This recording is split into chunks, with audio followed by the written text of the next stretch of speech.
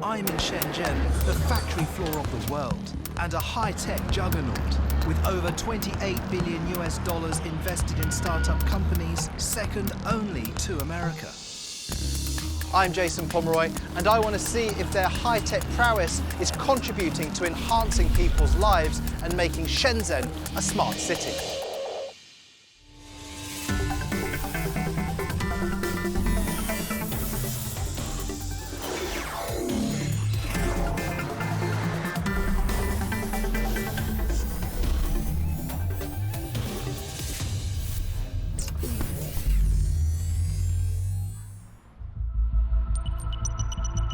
This is Shenzhen. It's one of China's earliest special economic zones, created to improve the country's trade with the rest of the world. It's one of the country's major ports, and it has the highest GDP per capita in Guangdong province. This is a city on top of its game. But does success in business equal smart? To begin my Shenzhen journey, I'm on my way to meet Oliver Wang, a spokesperson for Shenzhen startup that made $145 million US dollars in revenue in 2015. Oliver. Hey. I'm Jason. 你好，你好。 I've come to learn about drone technology and a bit about DGI. 那你不如直接我们来学一下喽，好不好？ Okay, let's give it a go. I hope I don't break it. Drones were invented in the 1950s, but only used by the military. Today, companies like Shenzhen's Dajiang Innovations, or DJI, are making consumer-friendly drones for all ages. Do you want to go? This is the future. Believe me. Okay, so we go up to 50 meters. 我们现在上到50米的高空，对。 DJI went into business in 2006 and now controls over 70% of the world's consumer drone market. To date, they've sold over 1 million drones for use in filmmaking, agriculture and search and rescue. You might say that sales are soaring. Okay. 往我们这儿来，往我们这里来， I almost killed a mother and child. 然后继续下降，继续下降。Bravo。 Thank you very much. 那我们就往里走，好不好？ Thank you. That was nerve-wracking. I'm glad I've made a good first impression on Oliver. I want to ask him what makes Shenzhen so attractive for startup companies.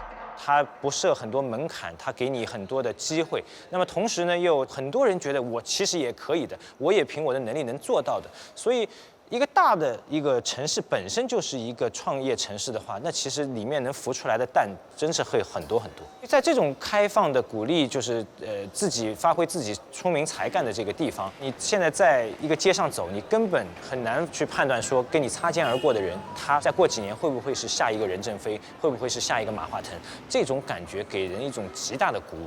DJI is known for creating these new technologies, these drone technologies. How did Shenzhen help DJI?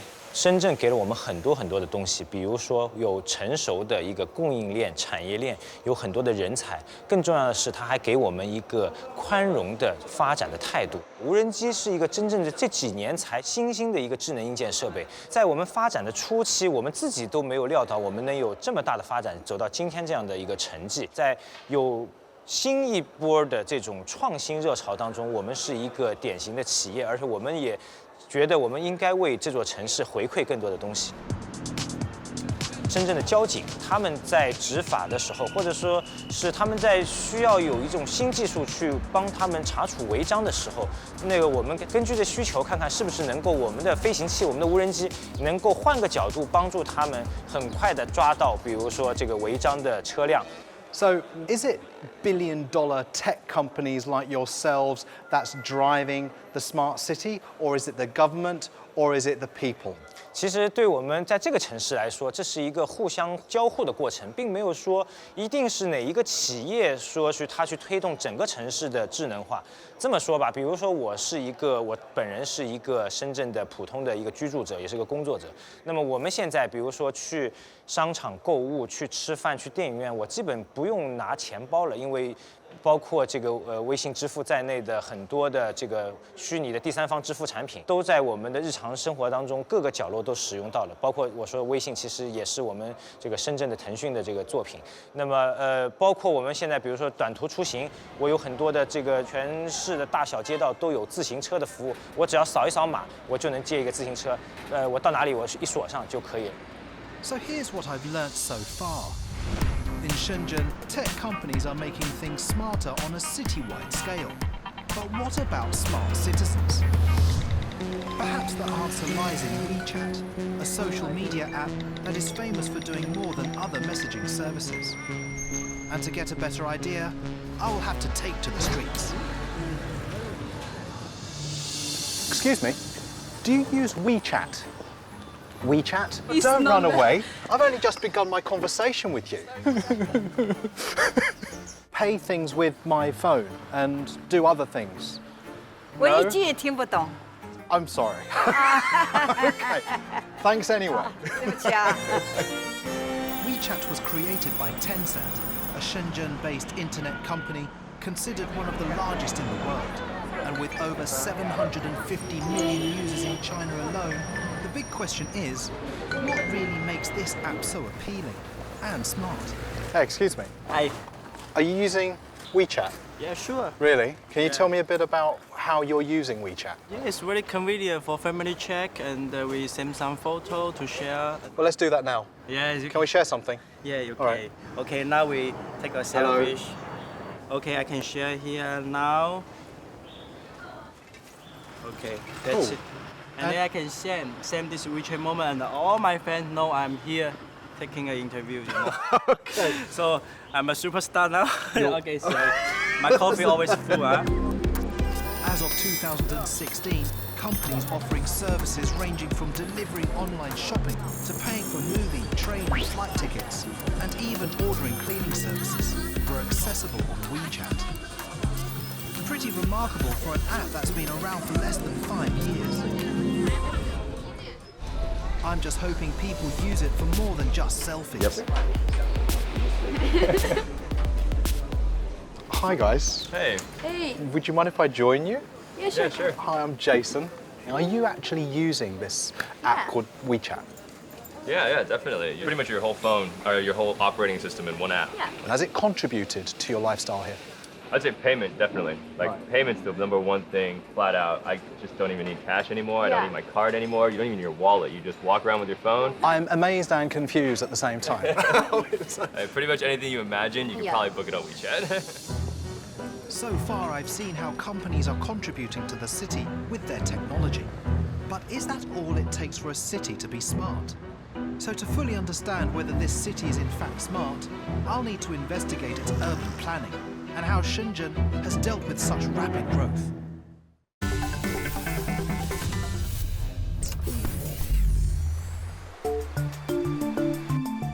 Shenzhen, China, is often called the overnight city. 35 years ago, it was a fishing village. Now, it's Asia's Silicon Valley, with over 18 million people. Many of them dreaming of turning their startup companies into business empires. But how has Shenzhen's city planning kept up with such rapid economic and population growth? It's something I'm hoping urban planner Liu Lei Jason. can Hi, tell me a Jason. little Nice to about. meet you. I hear you're going to show me around the urban village, and I'm looking forward to it. Yes, and this way. So now we are in one of the biggest urban village in Shenzhen. It's called Baishizhou. Yes. Urban villages are clusters of medium-density housing with an emphasis on pedestrian zones and public space. With modern high-rise properties now taking up most of Shenzhen's landscape, Baishizhou is often considered one of the last of its kind. So tell me about these urban villages. The urban village used to be farmland. Okay. And then when the city expanded, the farmer start to build their own houses and give the rest land back to the city. So what you have seen here, they are called handshaking buildings. Why are they called handshaking buildings? Because sometimes they're so close, the building the distance between the building even less than 1 meter. So you can reach out your hand and shake your neighbour's hand. Yes, of course. Property prices in Shenzhen have risen a whopping 50% since 2015, making this city even more expensive than Shanghai, thus making Baizhuzhou a relatively cheap housing option for its population of 150,000 young graduates and blue-collar workers. What do you see now? It's going to be demolished in 5 years. So what's going to Everything. happen to this community? It's going to be a new high-end development here. It's going to be a shopping mall, office tower, luxury apartments. So in your view, what is a smart city? Well, in my view, at least the goal for smart city is to make city more efficient. But if you look around here, it's already very efficient. People can, just go downstairs to shop, to eat, Yes. to communicate with your neighbors. Yeah. Well, that's part of the city because in the West, when we design smart city, we want to achieve that goal, right? Yes, yeah. By using technology. But here, it's all you have. It seems that Shenzhen need not look to the future to realize it's smart. Perhaps it's been smart all along, and instead of being redeveloped or overlooked, its past should be integrated with its future, an idea that master builder Manfred Jäger is familiar with. He has designed over 1.5 million square meters of real estate worldwide and has played a big part in transforming Shenzhen into a smart and green city of the future. Here we are in this technology park that looks quite futuristic. I can imagine a lot of startup companies being attracted to a technology park like this. Tell me about the unique features here. If you look to the architecture, it has inside courts, atriums, where the ventilation comes through, and therefore it took advantage of these possibilities to save energy. So what we can see here is a campus that tries to promote pedestrian activity, reducing the cars on the street. I appreciate in Shenzhen that they were establishing this green space. Shenzhen is a very interesting town for open green. Manfred and Shenzhen won China's Green City Award in 2014. Since then, they've continued evolving this city's eco-friendly status. China ranks as one of the most polluted countries in the world, but Shenzhen is one of the least polluted Chinese cities. One reason is that more and more people are riding bicycles. Another is a government initiative to limit the number of motorized vehicles. The smart city, this term is only 15 years old. But now this city is built from the scratch. So it is a possibility to transform all the ideas into an urban design. So far, most view Shenzhen as being a tech city that has achieved some degree of smartness. But I think it's time to get an academic's point of view.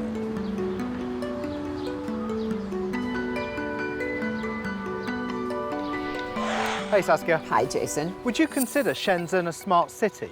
I think that calling Shenzhen a smart city, then you say, well, then any contemporary built-up city with state-of-the-art technology is a smart city. I prefer to say that we still haven't gotten to a place where we have genuinely complex smart cities. We have a lot of cities with a lot of automated systems that have a kind of built-in intelligence. Then we have cities that have, like Barcelona, that have really tried to address the needs of their residents in many, many ways. That's also a smart city. But none of these has gone as far as they could.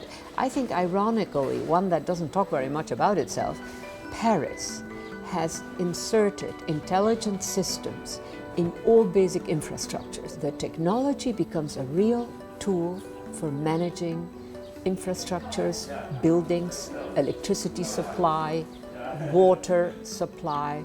Just about all basic systems of the city have an intelligence component to them. That's a lot of information there, Saskia, but thank you very much. That was very, very insightful. Take care. See you. Bye. Bye.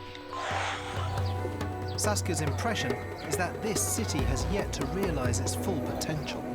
But what of the future of Shenzhen? And what about its application to other cities in China?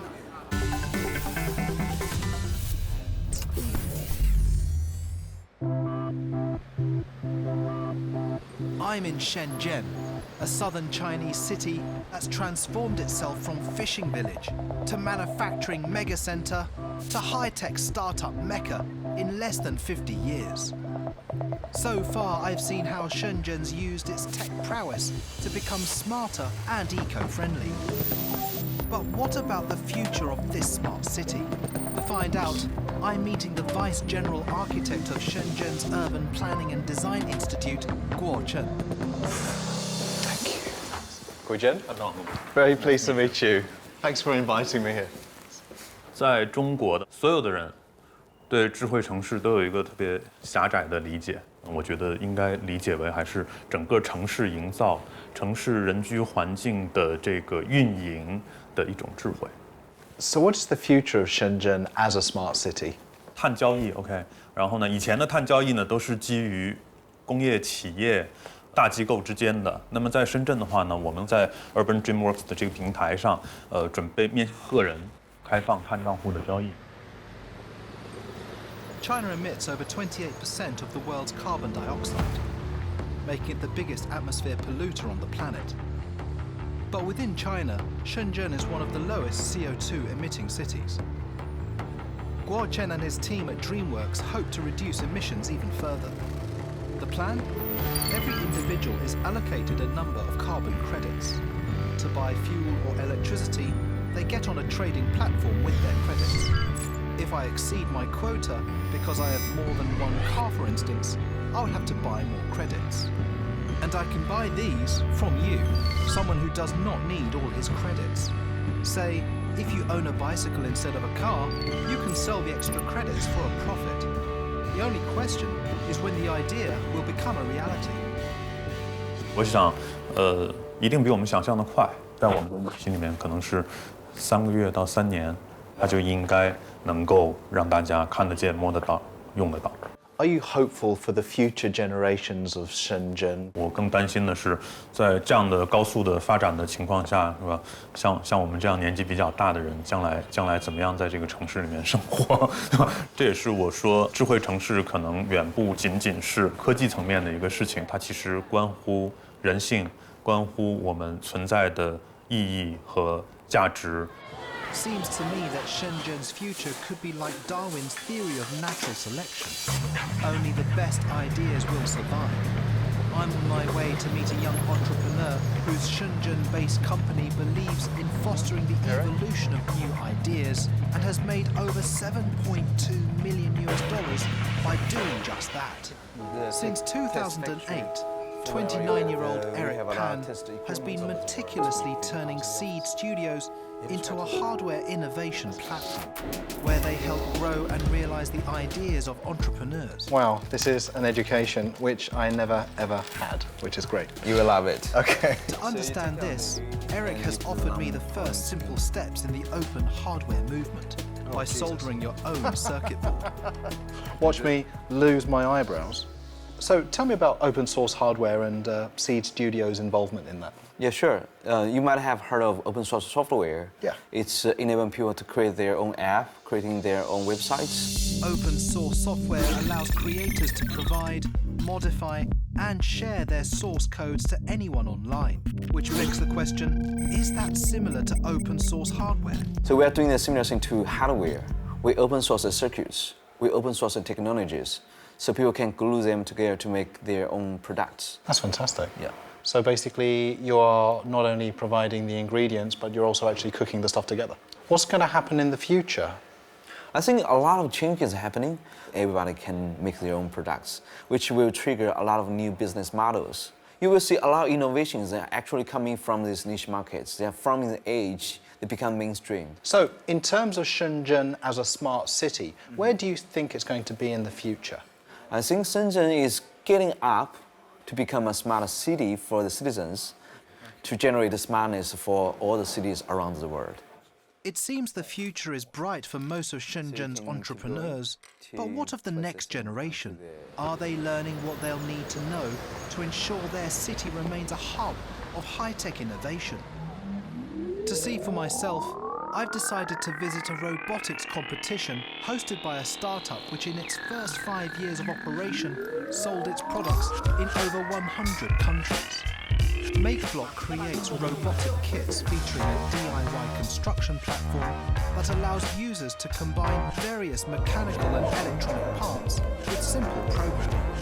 Judging by the turnout, it's clear founder Jason Wang's dream of embedding high-tech skills at a young age is having a positive effect.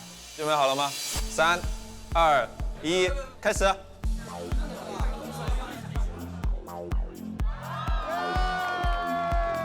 You know, I love how passionate everybody is here about robots. MakeBlock is a kind of open source platform or the mechanical design and electronic design and software to help people to realize their ideas. 21st century robot gladiators. We provide blocks for them to build things. They don't need to start from the very beginning. In this way, they can concentrate on their ideas. It's a real survival of the fittest. I don't know what they're clapping for.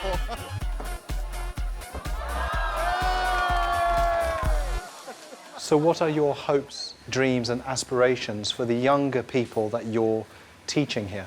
What we want to do is to combine technology and education to help the next generation to be more creative, use technology when they are very young to solve the real problems. Yes.